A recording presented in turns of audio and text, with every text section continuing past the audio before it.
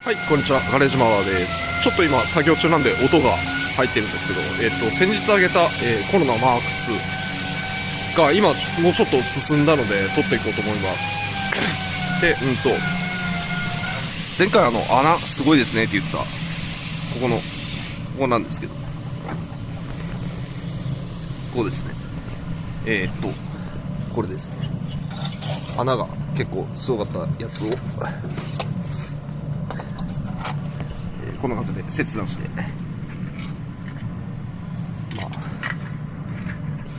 そうですね、もうこの辺とか結構穴、あとサビでもう朽ちて、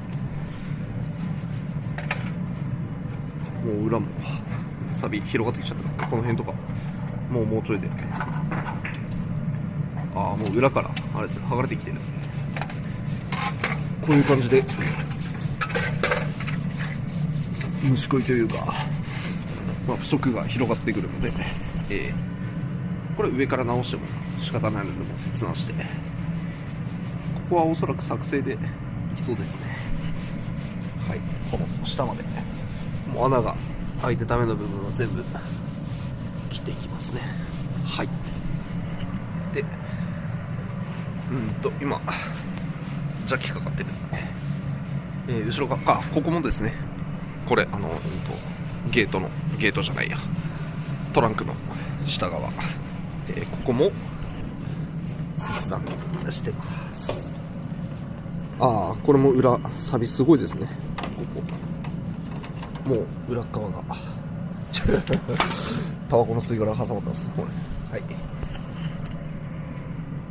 い、もうこの辺とかバキバキですね。これこんな感じでもう剥がれてくる。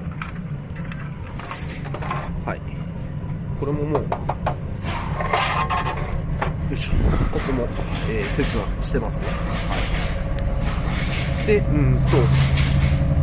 っちもですね、この辺も、ちょっと虫食いがあるんで、これも表のサビ取ってるんで、この後下の合成の処理をしてから、ここまた新たにきれいにします。で、この、耳らへん、この辺、この辺りももう全部サビ落として削ってっていう感じにしますね。これ、はい、ということで、ちょっと進みましたので、これを紹介でした。本当はちょっと作業とかしてる時に撮れればよかったんですけど、タイミングがなくて撮れなかったので、ちょっと紹介だけになりますけど、こんな感じで、コロナマーク2は進んできてます。は